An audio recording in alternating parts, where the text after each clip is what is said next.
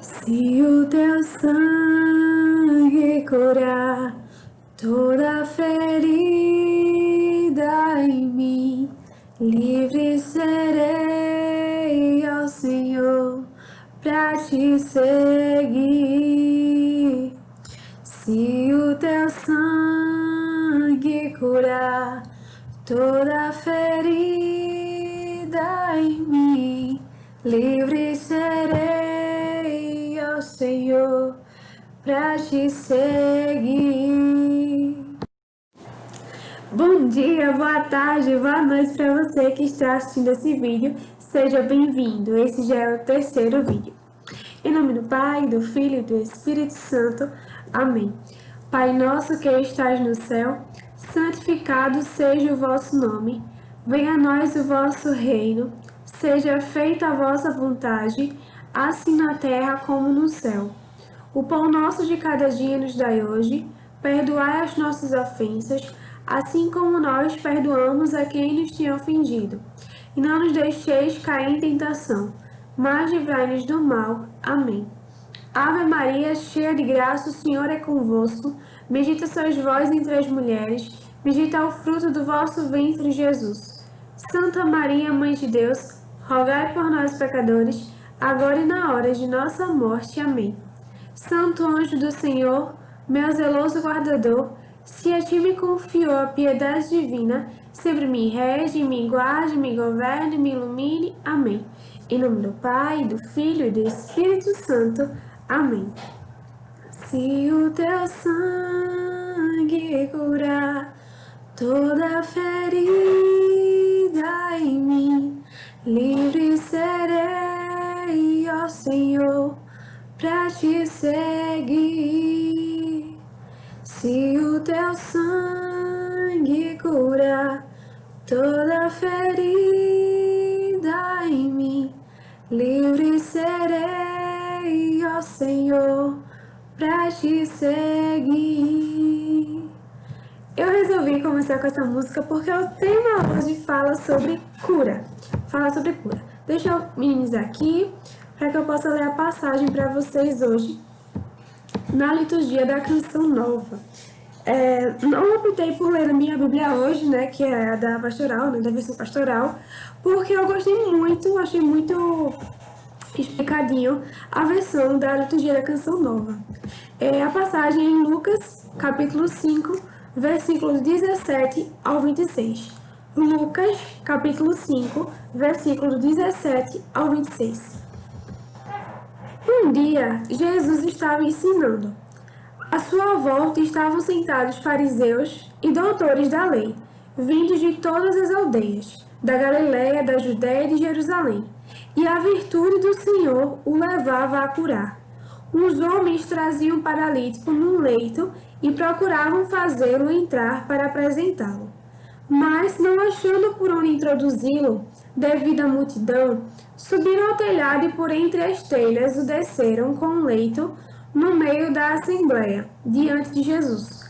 Vendo-lhes a fé, ele disse: Homem, teus pecados estão perdoados. Os escribas e fariseus começaram a murmurar, dizendo: Quem é este que assim blasfema? Quem pode perdoar os pecados, senão Deus? Conhecendo-lhes os pensamentos, Jesus respondeu, dizendo: Por que murmurais em vossos corações? O que é mais fácil dizer: Teus pecados estão perdoados, ou dizer: Levanta-te e anda? Pois, para que saibais que o Filho do Homem tem na terra poder de perdoar os pecados, disse ao paralítico: Eu te digo, levanta-te, pega o leito e vai para casa. Imediatamente todos ficaram fora de si, glorificavam a Deus. Calma.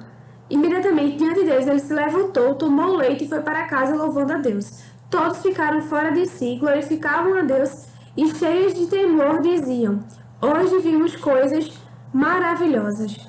Palavra da salvação, glória a vós, Senhor. Não, vou deixar assim do jeito que tá, minimizado mesmo. E a gente vai destrinchando esse evangelho de hoje. Então, nós vamos, no caso, essa leitura, esse evangelho é da liturgia de hoje, tá? Do dia diário. Hoje, dia 7 de 12 de 2020. Então, vou destrinchar com vocês alguns pontos que eu anotei aqui interessante desse evangelho que eu achei interessante, que me chamaram a atenção. Jesus estava ensinando, né? Tinha pessoas à sua volta, e aí tem uma parte que fala assim, ó: a virtude do Senhor o levava a curar. A virtude do Senhor o levava a curar. E aí essa frase me chamou muita atenção para pesquisar o que era virtude. Qual é o significado de virtude? A gente escuta falar de virtude, mas qual é o significado de virtude? E aí tinha vários significados no Google, né? Só que alguns deles me chamaram a atenção. Como sempre, tem alguns que me chamam mais atenção. No caso de virtude, dois significados me chamaram a atenção. Primeiro, dignidade. Virtude significa dignidade. O segundo, aliás, significa modo despojado, severo de vida. Olha, o primeiro, dignidade. Então é como se ele estivesse dizendo assim: a dignidade do Senhor o levava a curar. Ou o segundo significado, modo despojado, severo de vida. Isso me chama muita atenção, principalmente esse segundo. Gente, dentre os significados, estava falando que virtude eram, tipo, coisas boas que a gente praticava segundo a moral cristã, segundo alguma coisa assim, tipo uma regra, vamos dizer assim. Tipo, eu vivo o cristianismo, então a virtude é algo bom segundo a doutrina do cristianismo, segundo a doutrina católica, né? Porque eu sou católica nesse caso. E aí, por isso que ele fala aqui de dignidade. Então, o Senhor, ele vivia com dignidade. A virtude do Senhor o levava a curar. Ele está falando de Jesus, tá? Que a virtude do Senhor levava a curar. E aí depois ele fala, modo despojado, severo de vida. Preste atenção nisso. Preste atenção. Despojado, severo de vida. Um modo severo de vida. Então Jesus vivia um modo radical de se viver.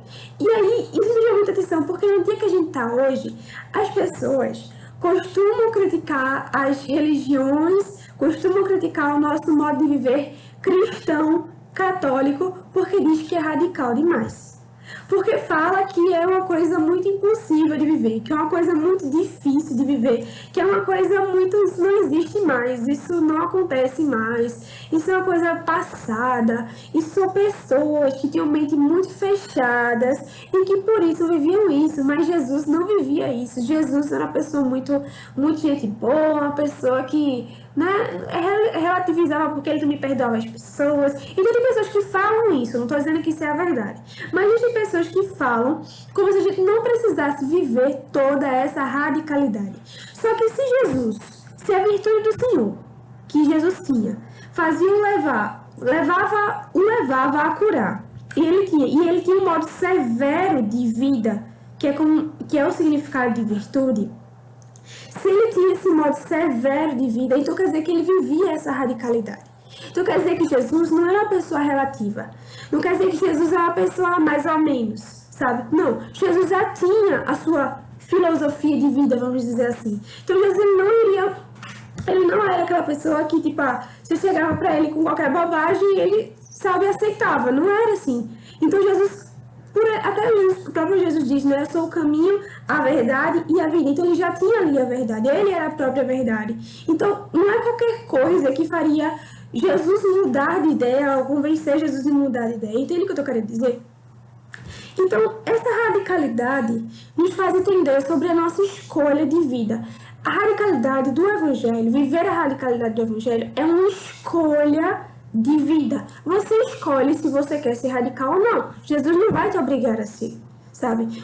A gente vê várias vezes, eu acho, você olha na Bíblia, você vê Jesus perguntando as coisas às pessoas, tipo assim, não fala assim, você tem que me seguir. Não, você não vê Jesus falar isso. Você pergunta, vem, segue-me, sabe? Ele fica perguntando as coisas, ele fala, larga tudo, segue-me, sabe? Essas coisas, abandona. Ele aconselha você. Agora, se você quer escutar, se você vai escolher, isso é outra história. É outra história. E chegar e dizer que Jesus não era radical, isso aí já é uma mentira. Então Jesus, ele vivia com radicalidade. Ele vivia com radicalidade. Então ele é despojado, fala que ele é despojado, modo despojado. Então ele se despojou daquilo que ele tinha. Entende o que eu tô querendo dizer? Que não era muito, né? Porque Jesus e Maria não eram ricos. Então, se Jesus tivesse tudo que Jesus tinha, na verdade, ele abandonava. Entende o que eu tô querendo dizer? E pedia para que as pessoas abandonassem, para que ele pudesse viver plenamente para o Senhor. Então, a vida do Senhor, ele vivia, no caso, de modo despojado e severamente, ou seja, ele vivia essa radicalidade. Eu coloquei aqui um pontinho assim, assim, escolha de vida, e coloquei duas setas. Botei assim, radical e doente. Veja só, quando a Bíblia fala sobre essa virtude do Senhor que o leva a curar, entenda essa relação de radical e doença. Por quê? Beleza, Jesus vivia a radicalidade e isso levava a curar. Entenda que, até na tradução da minha Bíblia fala assim, ó, o poder do Senhor o levava a curar. Então, dessa radicalidade que Jesus vivia corretamente, porque Jesus, mesmo ele sendo Deus, ele poderia ter vindo e ter se contaminado com o mundo, mas ele não fez isso. Ele era obediente ao Pai, ao Senhor Deus. Então, Jesus ele vivia essa radicalidade que o dava o poder de curar, então levava ele a curar. E aí eu quero que você comece a refletir, porque às vezes você está, sei lá, com uma doença, você quer uma cura, mas você não vive a radicalidade. Então você pede a cura, mas você dá migalhas ao Senhor, porque você não vive com aquela radicalidade, você não vive para o Senhor plenamente. Então você pede a cura, mas você dá migalhas. Então pensa nessa relação. Eu não estou falando que é uma moeda de troca, você vai dar para o Senhor porque o Senhor vai dar para você e esse tipo de coisa. Não, você deve amar o Senhor, independente do que Ele dá para você. Mas é para você ver a relação. Como é a nossa atitude diante daquilo que a gente pede ao Senhor? Porque às vezes a gente reclama porque o Senhor não nos dá, mas o que é que a gente dá para o Senhor? Então, é uma coisa assim, refletir essa relação de radicalidade e doença. Tudo bem? Depois eu notei assim, uns trouxeram paralítico no leito. O leito, para quem não sabe, é uma maçã de madeira que você coloca o paralítico ali. E eu fui pesquisar o que é um paralítico. O que é um paralítico?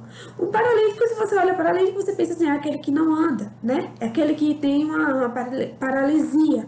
E essa palavra paralisia, a gente deve refletir um pouco sobre ela. Porque eu quero que você veja, analise a situação. Eu botei aqui a frase, né? Homens trouxeram paralítico no leito, né? É o que diz a Bíblia. Homens trouxeram paralítico no leito. Mas quem é você nessa história? Porque não adianta a gente começar a refletir sobre isso e colocar como se essa realidade fosse longe da nossa. Então, a gente tem que trazer para o hoje. Então, quem é você nessa história? Você está lá naqueles homens? Você está entre os homens que tem um amigo paralítico? Ou você é o próprio paralítico? Quem é você na história, sabe? Por quê, minha gente? Por quê? Porque existem situações em que a gente se torna paralítico, a gente se deixa levar por uma paralisia. Existem calma que eu não estou falando de paralisia, eu não estou falando de paralisia física como essa pessoa estava, tá? Eu não estou falando em relação a doença assim, física não, de corporal não. Estou falando de outro tipo de paralisia, presta atenção.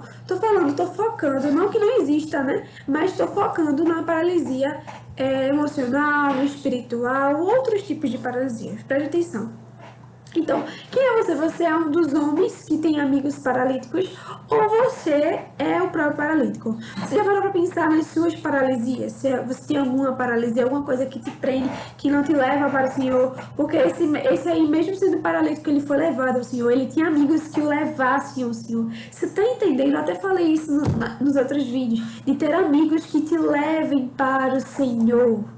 Você está paralisado, mas você tem que ter amigas que te levem para o Senhor quando você precisar. Tá entendendo? Esses homens eram amigas que o levaram para o Senhor. Certo? E aí, por que eu botei assim? Homens ou paralítico?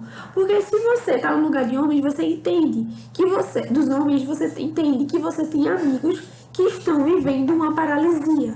Então, por exemplo, uma paralisia espiritual. Então, a pessoa, ela vive na mornidão. Aquela pessoa não consegue mais rezar, aquela pessoa não vai mais para a igreja, aquela pessoa não consegue mais, sabe, ter aquele fogo que deveria ter, não digo fogo de palha, mas eu digo um fogo abrasador que ela deveria ter ao rezar, ao buscar o Senhor, o coração ardendo pelo Senhor, enfim, esse tipo de coisa. Não que a fé se baseie em coisas que são sensíveis, tá? Não em relação aos sentidos, não.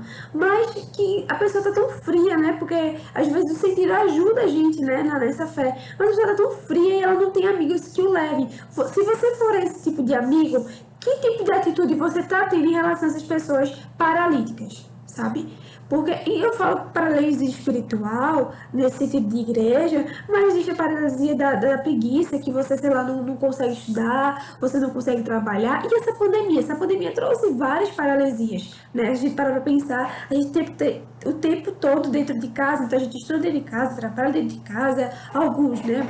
Uma boa parte faz esse tipo de coisa, aí depois termina, aí já vai se deitar, porque a gente tá em casa mesmo, tá cômodo. Então, as pessoas vão caindo nesse comodismo e vão ficando paralíticas. Então, eles vão escolhendo ser paralíticas, que é pior ainda, escolher ser paralítica, né? Escolher viver nessa preguiça, nesse comodismo. Então, a gente sabe que tem pessoas que fazem isso, mas também nós, muitas vezes, somos assim. Somos assim. Então, você se identifica como aqueles que precisam ajudar os outros? Você se identifica como um próprio paralítico que está nessa paralisia? Ou você é os dois, né? Você é o paralítico que ajuda os outros paralíticos e aí, né? É aquele cego que anda do outro céu. Quem é você? Comece a refletir um pouco sobre aquelas paralisias que lhe afastam do Senhor e não te deixam ser levados pelo Senhor. Mas aí eu também quero colocar sobre a coragem desses homens e desse paralítico se deixar levar. Não que ele tinha muita opção, mas desses homens que tiveram a coragem de enfrentar tudo que tinha lá para entrar ali dentro, sabe? Porque no caso, a Bíblia fala, né, que tinha uma grande multidão ali em volta e que eles queriam entrar, queriam apresentá-lo a Jesus, mas como não tinha espaço, eles não pararam aí, não tinha espaço. Agora, perdemos a chance, né, e tal. Não, eles não fizeram isso, então eles buscaram outros meios para chegarem a Jesus. Então eles subiram do telhado, destelharam lá, colocaram aquele, como é que se diz, maca não, o leito, colocaram ele lá no leito ali, entrou, foi falar com Jesus e tal, aconteceu. Então, diante de uma dificuldade, eles não pararam. Eles foram em busca, eles sabiam o que eles queriam. Entende o que eu tô querendo dizer? Quando você sabe o que você quer, você não para por qualquer problema, você vai atrás, tá entendendo? Quando você sabe o que você quer, então é por isso que é necessário a gente se conhecer, é por isso que é necessário a gente se entender e ver o que a gente quer, porque a gente vai na direção certa, a gente não para. Não para. Tá o mundo caindo, tá as coisas caindo, mas a gente não para. A gente não para. Lembra daquela história, não sei se você sabe, daquela história da mulher de Ló, né? Acho que é a mulher de Ló, que tava Sodoma e Gomorra, tava pegando fogo e tal, né? E aí Deus fala que não olhem para trás. Não olhem para trás. Só que a mulher de Ló inventou de olhar para trás. E nesse olhar para trás, ela ficou pedrificada lá. Acho que é essa a palavra que se fala. Enfim, então não olhe para trás. Então, quando você sabe o caminho que você vai seguir, você não vai olhar para o lado, para o outro, para frente. Aliás, você não vai olhar para trás, você vai olhar para frente, para aquele caminho que você precisa ir. Você não vai parar, não vai ter nada que vai parar. Se você se deixa parar no caminho, é porque você ainda não sabe o que é, você não se decidiu ainda. Então, para a gente entender para onde a gente deve ir, a gente precisa se decidir. É decisão. Se a gente quer chegar em Jesus, é decisão. Porque pela decisão desses homens, eles chegaram a Jesus, controlando as dificuldades e tentando arranjar uma solução. Então, se você quer chegar a Jesus, se decida por chegar a Ele. E não coloque outras dificuldades. Muitas vezes a gente coloca dificuldade de trabalho, coloca dificuldade de faculdade, né? E aí a gente fala, não, eu não vou pra missa, porque eu tenho muita coisa pra fazer em casa. Ah, eu tenho trabalho. Não, é porque é isso, que é aquilo. E coloca dificuldade. Então você não tem prioridade, você não tem objetivo em relação a Jesus. Entende o que eu tô querendo dizer? Quando a gente coloca Jesus como prioridade, a gente só segue Ele, não coloca outras coisas na frente. Então o que a gente precisa é se decidir. Deixa eu beber uma água, que eu tô ficando sem voz já.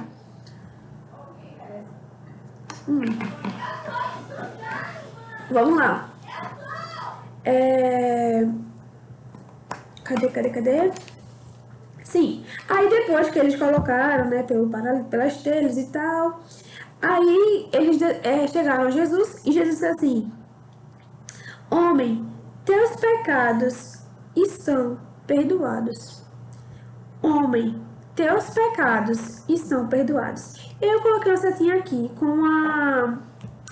com um trechinho de uma música, né, que eu acho que foi no vídeo passado que eu cantei esse trecho, que é a esperança cega que tenho em sua misericórdia. Que eu falei da confissão, né? Porque Jesus disse assim: homem, teus pecados estão perdoados. Se aquele homem não tivesse tido a coragem, aliás, não só o paralítico, né, como ele está sendo levado, mas, tipo, digo, os 5 ali, o povo que estava levando, estou supondo que seja 5 pessoas, levando aquele paralítico, sido levado ali, ele não obteria a cura, o perdão. E aí eu quero fazer uma relação entre essa cura sobre o perdão. E também eu quero colocar uma relação entre corpo e alma. Por quê? Vamos lá. Por que Jesus, meio que como se ele tivesse igualado que perdoar os pecados era receber a cura? Primeiro eu quero colocar também que existe a cura espiritual, não somente uma cura física, sabe? Quando a gente... É como se a gente colocasse o pecado como uma doença, entende? Que vai corroendo a gente aos poucos, vai corroendo a gente aos poucos. Então, quando a gente fala que a gente recebe uma cura espiritual, a gente está se lavando, se purificando. Mas aí, voltando para a questão da cura física, cura corporal, eu quero fazer uma relação, e aí eu vou envolver ciência. Porque às vezes as pessoas acham que ciência e religião não se misturam, né? Mas só para tentar explicar um pouquinho. Por exemplo, quando a gente não tá com... Por exemplo, quando a gente faz exercício físico. Quando a gente faz exercício físico, se você faz exercício físico, você sabe. Quando você faz exercício físico, você se sente bem muitas vezes. Se você perceber, você vai fazendo exercício físico e você vai ficando melhor. Você vai, sei lá, querer sorrir mais ou vai ter uma qualidade de vida melhor. E aí não é só questão, presta atenção, não é só questão corporal ali. Não é só questão, assim, só a parte física, assim, dos membros ou... Não é isso. Quando você faz exercício físico, além da parte física, você percebe que o seu emocional também melhora. Porque nesses exercícios físicos, você vai dizer o que ela tá fazendo, o que ela tá falando, hein? Mas eu vou explicar, calma, presta atenção. Quando você faz exercício físico, é liberado alguns hormônios e tal, do bem-estar e tal, e você vai ficando melhor. Então eu quero falar isso para que você entenda a ligação de corpo e alma, de corpo e mente. Entende o que eu tô querendo dizer? Que um não se separa do outro. Entende? Que o seu corpo, ele não fica bem separado da sua cabeça. Tipo, sua cabeça tá mal, seu corpo tá bom. E não é bem assim. Você precisa começar a trabalhar os dois. Quando a gente fala no conceito de saúde, a gente não fala somente do nosso corpo. Não, a gente fala de saúde no geral. Então a gente envolve a questão social, a gente envolve a questão psicológica, emocional, econômica, tudo. Tudo, saúde como um todo. E aí, por que eu tô trazendo isso? Para você entender que muitas vezes as nossas doenças físicas são em consequência do nosso espiritual, do nosso emocional mal trabalhado. Que quando a gente tá mal, a gente geralmente tá com a imunidade baixa. Quando o nosso corpo, por exemplo, quando a gente não faz exercício físico, geralmente a nossa imunidade também está baixa. Então, assim, existe um desequilíbrio. Eu quero trazer isso para você entender, que você não pode olhar só para o seu corpo e esquecer da sua mente como se não tivesse nada a ver, sabe? Como se não tivesse nada a ver. Por exemplo, uma vez eu escutei Hugo é o fundador da Cola de Deus, tá? Da comunidade católica Cola de Deus. E Hugo falou assim, que ele estava numa pregação e tal, e no momento de oração, Jesus falava que ele tinha que dizer que, para uma mulher, no caso, falou que a mulher, ela estava com um sangramento, parece que era no fígado, se eu não estou enganada. Não sei direito, é uma coisa assim. E aí ele falou assim, esse sangramento que você tem é em consequência de uma falta de perdão que você está deixando de dar.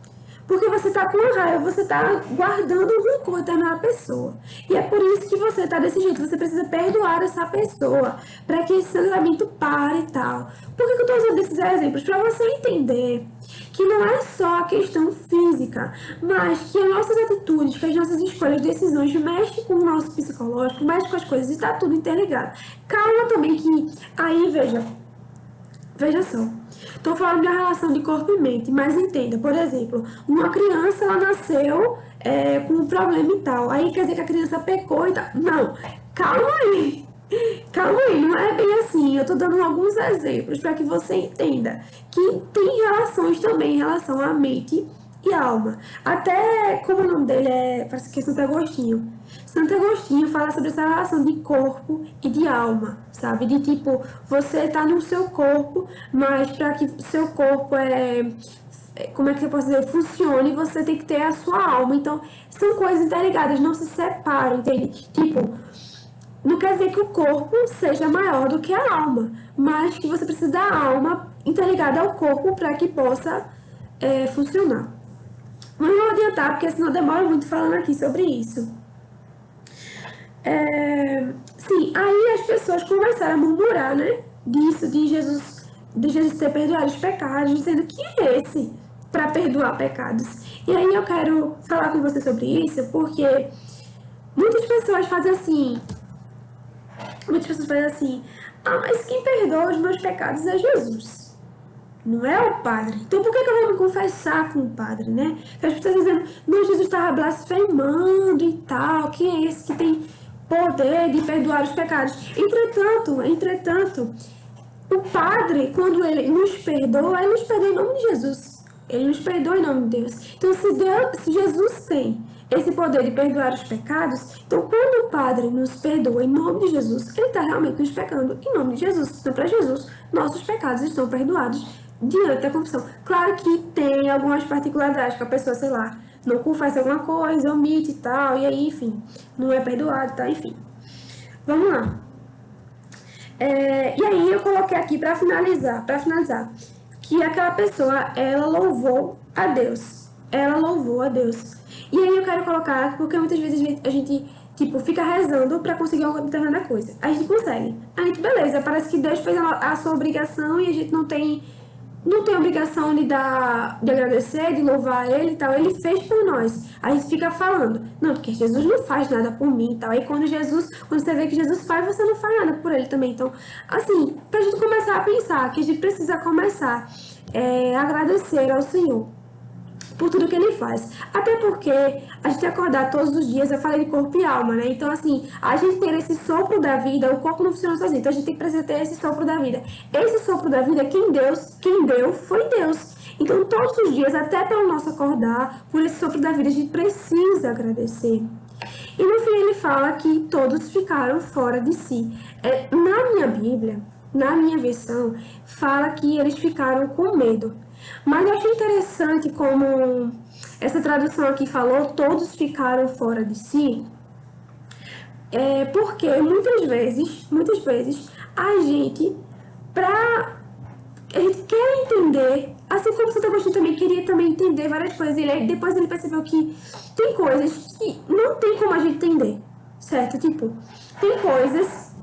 Deus é quem sabe, tá dizendo? Só Deus é quem sabe. Então tem coisas que vai além da compreensão humana. Todos ficaram fora de si, glorificavam a Deus e cheios de temores, e hoje vimos coisas maravilhosas. Tem coisas que vão nos apavorar porque não é da nossa compreensão humana. Tem coisas que são nos reveladas, que o Senhor nos revela, mas tem coisas que nós não vamos compreender, que precisamos sair de nós para poder entender, porque vai além de nós. Entende o que eu tô querendo dizer? Tem coisas que a gente fica, meu Deus, como é que ele curou, como é que aquela pessoa se curou e tal, de acordo com a ciência e tal, é impossível. Mas aquilo que Deus faz está além da nossa compreensão. Aquilo que Deus pode fazer está além da nossa compreensão. E por isso que a gente sente medo muitas vezes, porque a gente não pode controlar. A gente não tem controle sobre aquilo. Então, aquilo que a gente não tem controle, porque hoje em dia a gente tem controle sobre tudo, né? Então, aquilo que a gente não tem controle, muitas vezes nos apavora. E por isso que a gente sai de si. Terminei aqui a meditação, quase que eu terminava. Passei muito tempo aqui, mas agradeço a você que ficou aqui comigo até o final. Eu vou colocar uma música como tá de costume também. Deixa eu só colocar aqui no YouTube, porque quando eu coloco no computador, não gostei muito bem nos outros vídeos. Não pegou muito legal. Mas eu vou colocar aqui. Deixa eu só...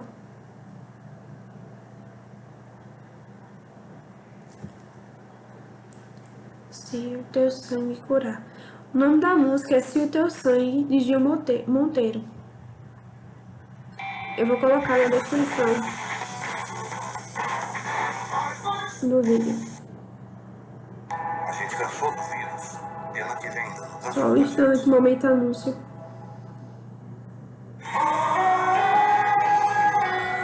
Tudo que dá pra escutar daí.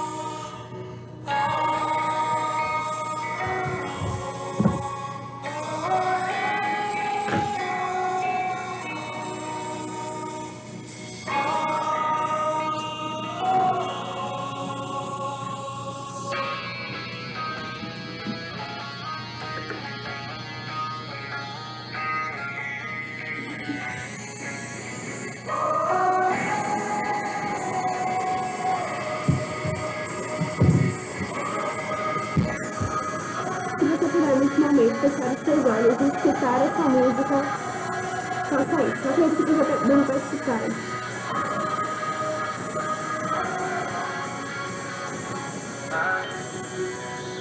Onde Cristo sofreu toda dor, é o caminho que mostra o amor e perdoa os pecados que eu fiz. Redenção eu encontro ali.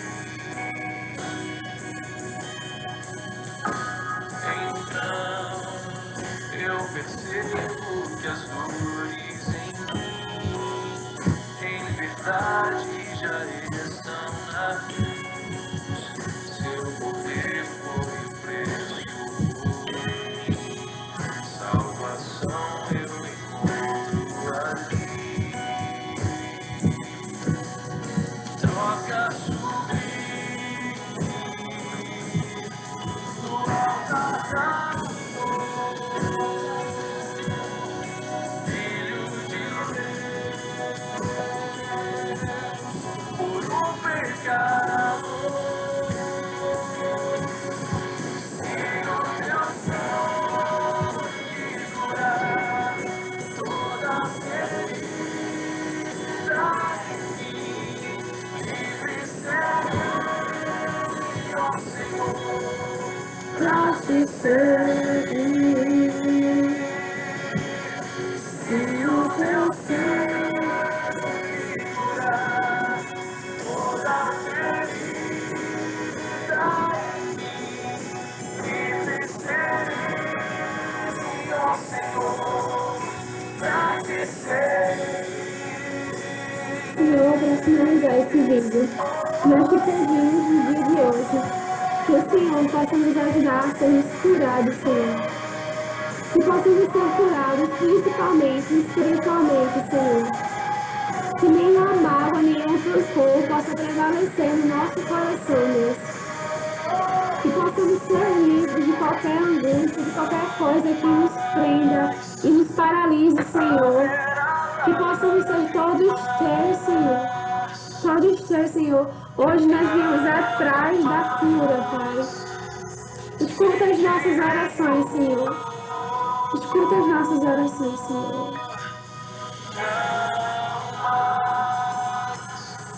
Haverá choro, não mais sentirei dor, não mais haverá lágrimas, não